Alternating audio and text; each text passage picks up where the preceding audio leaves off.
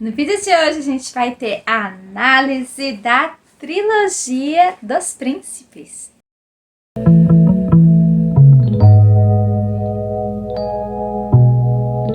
Oi gente, eu sou a Kellen. No vídeo de hoje a gente vai ter o vídeo especial de análise dessa trilogia, né? Da trilogia dos príncipes da Elizabeth Hoyt. Vou mostrar tudo sobre esse box maravilhoso pra vocês, tá? Mas antes da gente começar, eu quero pedir pra você se inscrever no canal se você não é inscrito, curtir o vídeo, compartilhar com seus amigos que gostam desse conteúdo literário. Aqui no canal tem muito vídeo bacana sobre livros e várias indicações maravilhosas. Vocês podem dar uma olhadinha no vídeo, na aba de vídeos, que vocês vão curtir, com certeza. Também na descrição do vídeo eu vou deixar os links de compra da Amazon para o box e para os livros em separado, se você não quiser adquirir todos eles.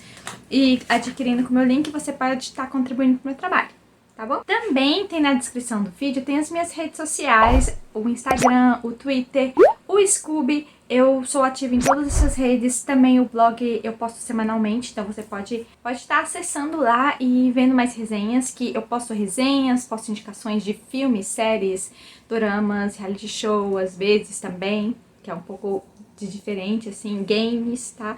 Então tem muito mais coisa que eu posto lá de resenha no blog e também tem resenhas aqui no canal. Então às vezes a resenha do livro em si não sai aqui, mas sai por lá. E tem os vídeos de leitura do canal que eu sempre tô compilando tudo que eu li em cada mês, né? Então vocês podem estar acessando todas essas áreas que tenho certeza que vocês vão gostar bastante. Então vamos começar o nosso vídeo. Vamos conversar um pouquinho sobre Elizabeth Hoyt. Elizabeth Hoyt é uma escritora que ela não tem tanta informação assim na rede sobre ela. Tem pouco tempo que ela tá publicando os livros dela aqui no Brasil. Só saiu uma outra série dela, que também é uma trilogia, que é a trilogia dos soldados, se não me engano. Que aí o contexto é mais sobre pecados, uma coisa assim. Cada livro tem um contexto diferente, mas as capas são igualmente diferentes das que normalmente a gente vê dos livros de romance de época, tá? Mas aí tem essa outra trilogia, que é a trilogia dos príncipes. Então, por enquanto, publicado dela aqui, tem essas duas. Da trilogia do príncipe, eu quero fazer um adendo, que fora esses 3 livros, foi lançado lá, né, no exterior, um outro livro que conta um livro extra sobre a Lady in Ice, uma coisa assim, a Dama de Gelo, uma coisa assim, que é uma personagem que aparece aqui no livro do Corvo, que é desenvolvida uma história separada dela, tá? Mas esse livro ainda não veio para o Brasil, ainda não foi traduzido.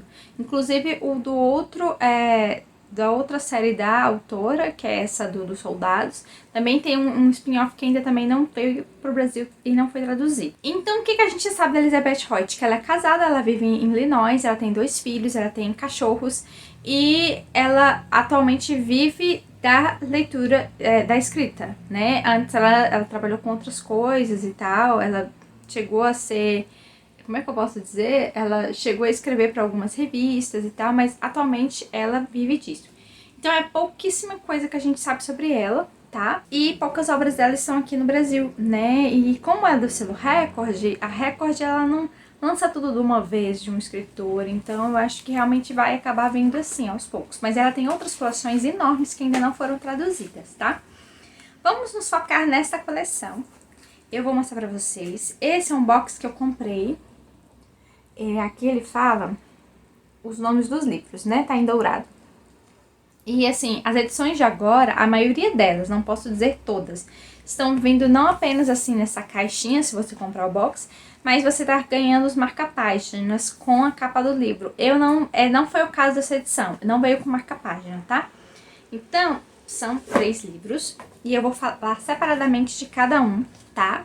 E depois eu vou falar um compilado sobre o que une os 3 livros numa mesma trilogia, tá bom? Vamos começar pelo número 1, que é o Príncipe Corvo. Eu vou mostrar a edição pra vocês. Ele tem essa fachada preta, né, com esse emblema dourado. Aqui é o casal principal, é a Ana e o Edward, que é o conde de Shetland, se não me engano. É o conde Eduardo, tá? Atrás tem o brasão dos dois, Ana e Edward, é o A e o B. A edição, normalmente elas são iguais, tá? Elas têm uma orelha maior, tá bom? E aqui a gente nem tem fotinho da Elizabeth, é mais os outros dois. Ah, engraçado, aqui tá dizendo que ela mora em Minnesota, Minneapolis, Minnesota. Mas quando eu pesquisei na internet, falou que ela mora em Illinois, então, né, não sei. Como é que é os capítulos? Eles são páginas amarelas, tá? É uma ótima página de ótima qualidade. E os capítulos vêm sempre com um trechinho do conto. O que acontece? Esses 3 livros, eles contam cada um tem um conto de um príncipe diferente. Esse é o conto do Príncipe Corvo, que a Ana acaba encontrando um caderninho dentro da casa do conde e que era um livro de conto de fadas da irmã do Edward. Porque o que acontece? O Edward, ele é um conde, mas ele perdeu toda a família dele para varíola. Então, ele é um conde que é marcado pela varíola. Ele quase morreu também, inclusive ele ficou com várias marcas no rosto e no corpo. Então, muitas mulheres o acham repugnante. E da família inteira dele, só ele sobreviveu. Ele tinha o pai, a mãe e tinha a irmã. Então, a irmã foi a primeira que faleceu. Então, assim, foi bem doloroso pra ele, sabe? E ele perdeu toda a família dele, só ele sobreviveu. E aí esse livrinho desse conto em questão era da irmã dele. Então, em cada capítulo, a gente tem um trecho do conto. A gente sabe pelo enredo do livro que ela está lendo aos poucos esse livro, mas os trechos do conto são assim, são separados no início de cada capítulo, tá? Por quê? Porque isso muda de livro para livro, o que é genial da Elizabeth. Não torna uma fórmula repetitiva. Vamos falar da história. Eu falei um pouquinho do conde, vamos falar da Ana. A Ana, ela é uma dona de casa, viúva. Ela foi casada durante muitos anos, mais de 8, 9 anos com o mesmo homem, e ele adoeceu e faleceu. E ela não teve nenhum filho, então ela mora numa casa, só ela e a sogra, e ela cuida da sogra. Só que a gente consegue entender que nos últimos anos de vida do marido dela, que estava lá moribundo e tal, e ela cuidou até o fim dele, ela descobre que ele traía ela, ele tinha uma amante. E era uma mulher que, assim, ele estava totalmente apaixonado, só que ela não sabe quem é a amante. Só que a amante está no mesmo vilarejo que ela mora. E aí a gente vai descobrindo ao longo da narrativa quem é a amante dele. Ou quem foi a amante dele, tá? Então, assim, ela esteve com ele durante muitos anos e nunca gerou um filho. Então ela acha que ela é infértil, tá? Ela tem essa questão na mente dela de que ela é infértil. E a própria sogra dela sabe que a nora sofreu muito na mão do filho, que o filho não valorizou ela. Então, assim, isso é até muito difícil pra mãe, né, admitir, mas hoje em dia quem cuida da sogra é a Ana. E aí a propriedade delas não tá rendendo muito. O que o marido dela deixou pra eles é muito pouco e ela precisa de um emprego, tá? E aí o que acontece? O conde, o último cara que era secretário dele, que escrevia as correspondências pra ele, escrevia cartas enormes, tal, pra ele mandar pra sociedade agrária, porque ele trabalha muito com a questão de plantação e animais, criação de animais dentro da propriedade dele. Então ele tem uma ligação muito forte com a sociedade agrária. Então ele manda cartas de técnicas novas, então assim, ele está sempre se comunicando com essa sociedade. Então ele precisa de alguém que repasse os escritos dele a limpo, com uma caligrafia boa. Então o último secretário tinha tanto medo dele, porque ele era grosso, assim, firme demais, sabe? Às vezes beirando a mal educado, que fugiu. Literalmente assim, fugiu e deixou o conde na mão. E aí o administrador é incumbido pelo conde que naquele dia mesmo ele ache um novo secretário. E nesse meio desse caminho, o que acontece? Ele tromba com a Ana, e a Ana tá procurando um trabalho de preceptora, mas ela não consegue. Em todas as casas que ela vai, de gente que tem mais dinheiro, que tem filhos, que possa educar os filhos em outras línguas, porque a Ana era filha de professora, então o pai dela ensinou muitas coisas para Ana, sabe, de latim e outras línguas, então ela quer dar aula disso, mas ela não consegue, e de uma certa forma ela tá um pouco humilhada, sabe, na situação. Então ela tá saindo cabisbaixa na rua e ela bate de frente com o administrador. E aí o que acontece? Ele derruba tudo que tá na cesta dela, no chão, mexe com lama. Gente, eu nunca vi tanta lama nesse livro. Tem muitas cenas que lama é misturada assim nas pessoas, na roupa e tal. Eu achei até interessante essas descrições. E aí o que acontece? Ele fala que tá procurando um novo secretário e tal, ela se voluntaria. E aí ele fica assim, será que eu posso contratar uma viúva para esse cargo ou não? Será que o conde vai aceitar ou não? Mas ele não tinha mais escolha, ele não achou ninguém e já tava no final do dia. Então ele aceita a Ana e fala para ela aparecer no dia seguinte. E aí ela vai lá no dia seguinte, só que o conde precisou viajar, porque o conde está tentando fazer um casamento, uma aliança de casamento com uma pessoa da alta sociedade, porque ele precisa de um herdeiro para ter, não necessariamente para que ele tenha um amor da vida dele, ele não é mais tão iludido assim em relação à vida, sabe? Mesmo pelas perdas que ele já teve, ele só espera que viva bem com a esposa e tenha um herdeiro. É só isso que ele espera. Então, além disso, tem a questão de que as mulheres rejeitam muito ele por causa da aparência. Então ele foi resolver essa questão dessa aliança, desse possível casamento com essa mulher. E a Ana chega a ficar uma semana ou mais de uma semana na propriedade do conde, redigindo os escritos lá. E sem o conde nem ver ela. E quando o conde vê ela, o administrador fica desesperado, porque ele acha que vai sobrar pra ele. Mas não, o conde gostou da ideia e sabe que ela tá precisando de ajuda, de dinheiro pra bancar a família, pra cuidar da família, porque ela é uma viúva, né? Não tem outras rendas. Na verdade, as rendas que ela tem é muito pouquinho, não tá dando pra família. E eles já venderam tudo que eles podiam vender. Então, o que acontece? Ele aceita aquela situação. E aí eles começam a ter um relacionamento mais próximo. E a Ana começa a desejar muito o conde como homem. Ele também, mas ele tenta se segurar, porque afinal de contas ela é uma mulher de respeito, ela é uma viúva, né? E aí o que acontece? Ela acaba descobrindo que ele vai muito num bordel chamado acho que é Broto de Afrodite, se não me engano, uma coisa assim. Aí ela acaba, no decorrer da história, se a gente começar a pensar sobre isso, ela acaba tomando umas atitudes muito fora da casinha de uma mulher daquela época. E Elizabeth Hoyt deixa isso muito claro. Que o fato dela trabalhar dentro da casa do conde como secretária, já é algo assim muito assustador até pro padre e para todo mundo lá da região. Já olhar ela com cara torta. E aí ela começa a ser mais audaciosa. Ela salva uma cortesã que cai, que é jogada para fora de uma carruagem e tal, assim, muito machucada. Ela leva pra casa dela e cuida dela.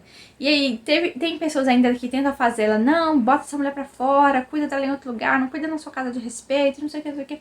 Ela não tá nem aí, ela chegou num limite que ela, tipo, eu não quero saber dessa sociedade, eu vou fazer o que eu quiser. Tipo, ela começa a pensar nesse nível, entendeu? Então ela começa a ficar nem aí para as pessoas que estão torcendo o pescoço para ela quando ela passa na rua. Por causa dessa senhora que ela tá brigando e tá cuidando. E aí essa senhora é uma cortesã e ela tem os contatos dentro desse lugar chamado Afrodite, né? E ela consegue que... Ela fala que mulheres de respeito, às vezes viúvas, às vezes até casadas, querem umas diversões. Então elas conversam com a dona desse lugar para terem encontros com determinados homens, às vezes até escolhidos a dedo, mas mascaradas. E ela começa a planejar situações dessa para que ela fique com o conde.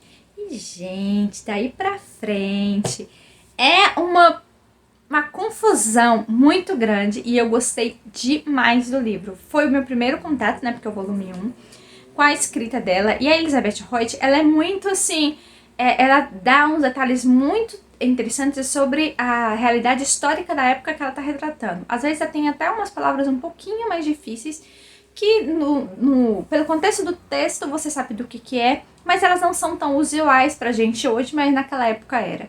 Então eu gostei muito sobre isso, dela ter esse peso histórico bacana, e esse é mais ou menos a história do casal. Claro que se desenvolve em várias facetas, mas eu não vou te dar spoiler, né? E vamos para o volume 2, que é a Lady Georgiana ou George, né? Que para alguns é chamada de George, e o administrador Harry Pye.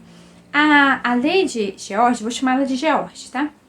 A Lady George, ela recebeu uma herança da tia dela, que tinha várias propriedades num determinado vilarejo, e ela ficou muito mais rica do que ela já era, porque ela é filha de um conde. Então, ela vem de uma família de condes, que o irmão dela assumiu o título depois que o pai faleceu, né? E ela tem os outros, né? Os outros irmãos, que é uma graça, os irmãos dela, sério. E aí ela teve esse acesso a essa fortuna e ela precisava de um administrador, porque a tia não tinha mais o administrador antigo. Então, o administrador, ela bota um anúncio no jornal e o Harry Pye se candidata, ela gosta dele, faz entrevista com ele em Londres e contrata ele. Então, ele vai pra lá e ela combina de ir com ele na carruagem. Gente, o livro começa com essa carruagem quebrando no início, no caminho de ir pra esse vilarejo, pra essas terras dela. E eles pegando uma chuva do caramba, umas lamas absurdas, eles tendo que se abrigar num como é que é o nome? Tipo, sei lá, um casebre no meio da estrada, porque a chuva tá torrencial e o cara que tava conduzindo a carruagem vai correndo pra cidade pra buscar outra pra poder voltar, e esse cara não volta, eles debaixo da chuva, eles procuram esse casebre e ficam lá e passam a noite nesse casebre. E aí, a partir daí, dessa noite no casebre, que ela começa a contar pra ele o conto do Leopardo, tá? E aí, eu esqueci de mostrar pra vocês a edição. Essa edição é branca. E aqui é a Georgina e o Harry, né? Aqui eles e o selim deles. O livro segue o mesmo... como é que é o nome? O mesmo contexto, mas só não tem os contos no início do livro. Porque é ela que vai contando durante o livro. Vários momentos que eles vão se encontrando ao longo do livro, tá? Então é aí que ela começa a contar a história do Príncipe Leopardo, que é muito legal também. Do Príncipe Corvo é muito boa, do Leopardo também é muito bom. E vai desenvolvendo um interesse especial por ele. E quando eles resolvem não esperar mais, já amanheceu o dia, eles passaram a noite nesse casebre, eles não esperarem mais pro cara trazer outra carruagem. Então eles pegam uma carona numa charrete no meio do caminho, que eles sobem lá atrás da charrete, e vão entrando na cidade. Aí o Harry já espera que eles tenham algumas dificuldades. Por quê? Porque o Harry era dessa vila. Ele cresceu nessa vila. A família dele morava lá. E aconteceu várias situações com um determinado barão dessas terras que, teoricamente, tem um poder político muito forte sobre as pessoas. E ele não quer ver o Harry nem pintado de ouro, tá? Então, assim, quando ele entra eles estão entrando na cidade, esse pessoal já viram a cara pro Harry. E ele automaticamente é acusado por vários moradores de estarem envenenando as ovelhas desse barão. Então, gente, é uma situação que é bem complicada. E durante o livro todo, a Georgina vai tentando livrar ele dessas acusações, sabe? E todo o passado do Harry, de quem foi a mãe dele, quem foi o pai, onde eles trabalharam, onde eles viveram, e um possível irmão aparece e acaba, tipo, abrindo muitas portas para muitas coisas e muitas confusões, tá? Aí a Lady Georgina também tem algumas dificuldades em relação à terra, porque não tá chovendo o suficiente para agricultura, né? E como o Harry cuida, ele administra as terras para ela, então ele tem essa questão também de ficar ligado na sociedade agrária, tá? E trocando, vai em seminário, vai em conferência, troca correspondências, então ele faz esse meio de campo. É muito legal a forma como eles desenvolvem o romance deles, porque cada livro é muito único, muito, muito único, a temática. Eu senti que ele foi até um pouco mais pesado nesse negócio de perseguição, porque o barão ele é impiedoso, sabe? Ele faz umas coisas absurdas para culpar o Harry de atrocidades maiores, para que ele seja escorraçado da cidade, lá da vila, porque ele não quer que ele esteja lá, simplesmente assim, capricho, ele não quer, tá? E eu não vou contar a história do Harry, porque senão vou contar muita coisa aqui, e a história do Harry a gente só vai descobrindo mais pra frente mesmo, tá? E aí a Georgina fica muito naquela dúvida se ela quer ou não casar com ele, com o Harry, em toda uma situação da questão, né, da situação da sociedade mesmo, mas ela é uma mulher muito independente. Acho que o pudor sobre isso acaba sendo mais do Harry do que dela, sabe? Mas eles têm relações bem antes de casar, tá? É um livro que trata muito sobre isso. Então, essa linha dos 3 livros, eles são uma linha mais hot, tá? Eu tenho que avisar isso pra vocês. Tem momentos muito hots.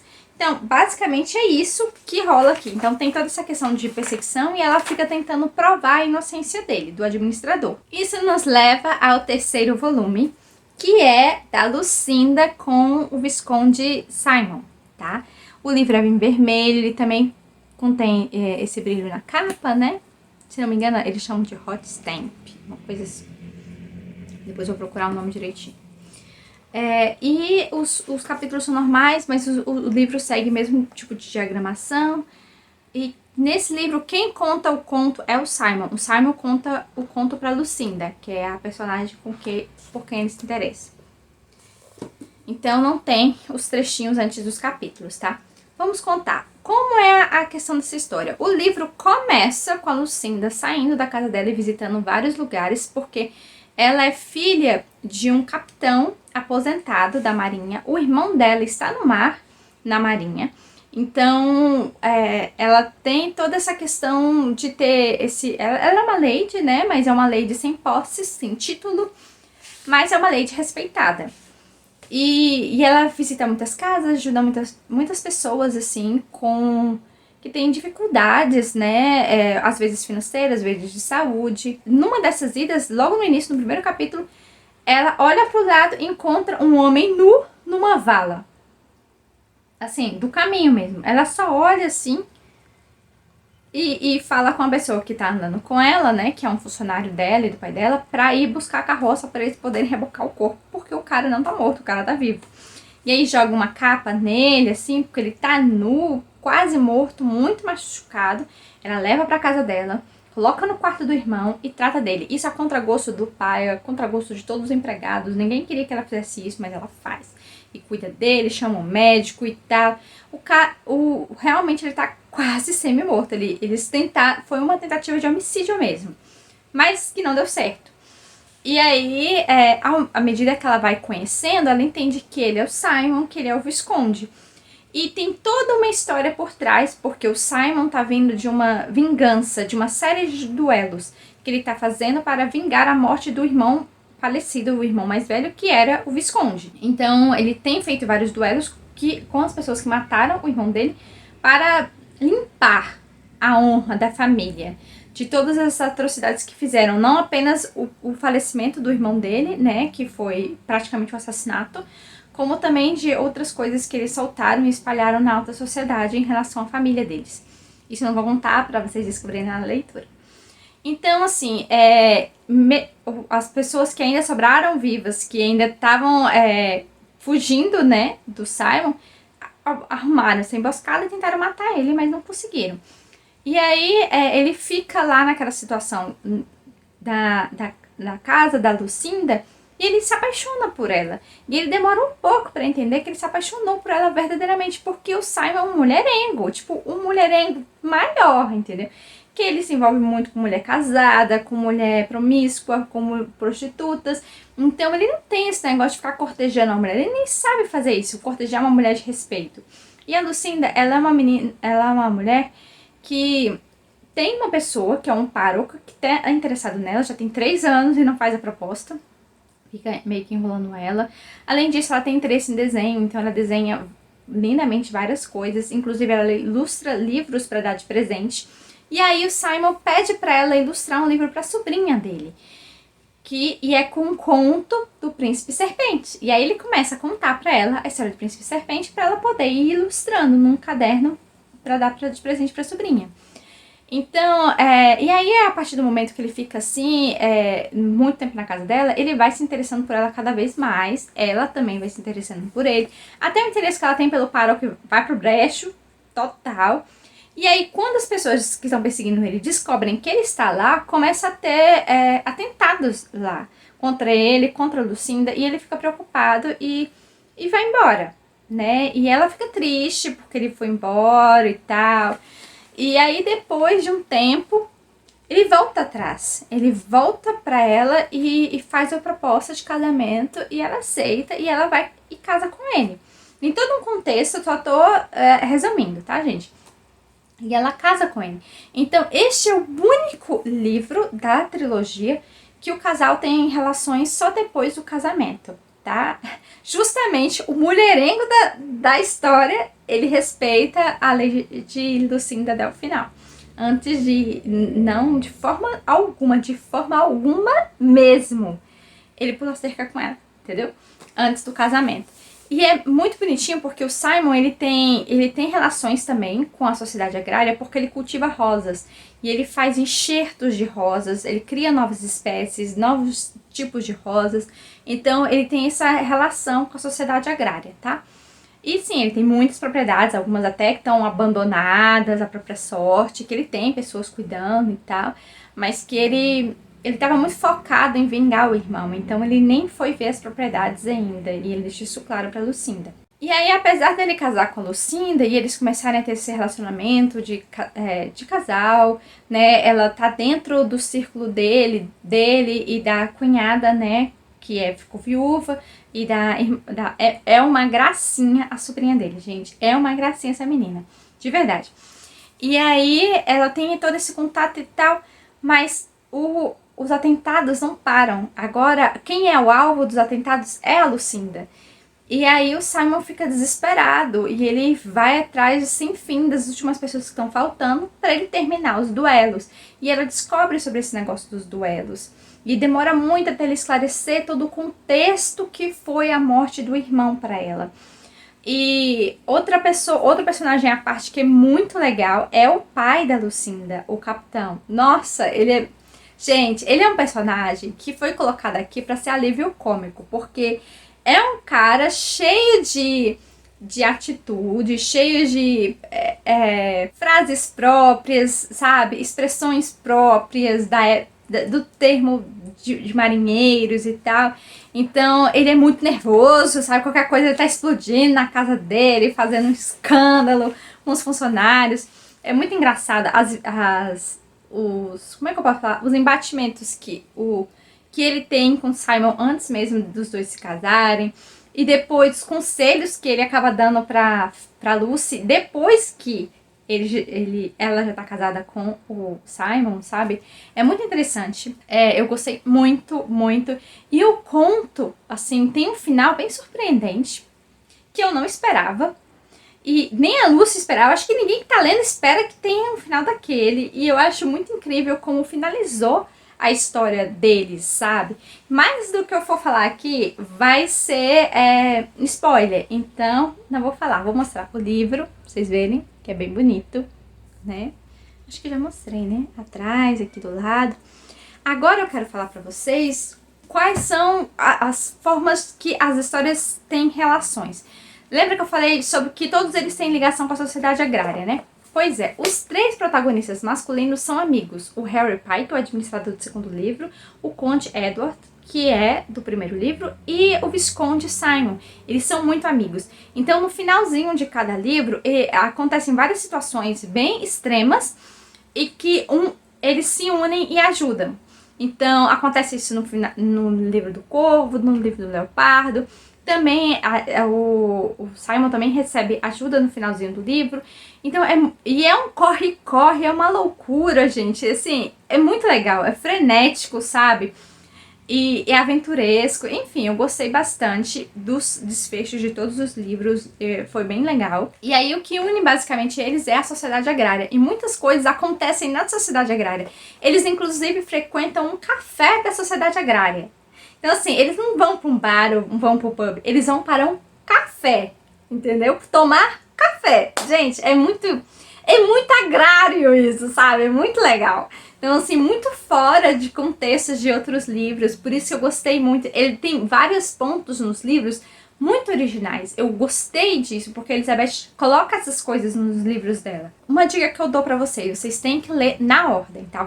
É extremamente necessário ler o livro 1, depois o 2, o 3, não leiam trocados, senão vocês não vão entender algumas coisas e vão deixar passar despercebido várias coisas importantes, então tem que ler na ordem. Sem falar que todos os personagens são extremamente carismáticos e extremamente diferentes.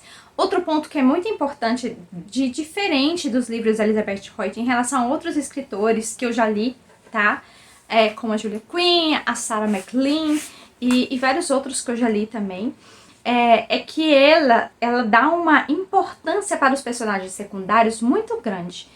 que eu não via em outros livros. E esses personagens secundários, eles são tão importantes que eles impactam diretamente no que está acontecendo dentro do personagem principal.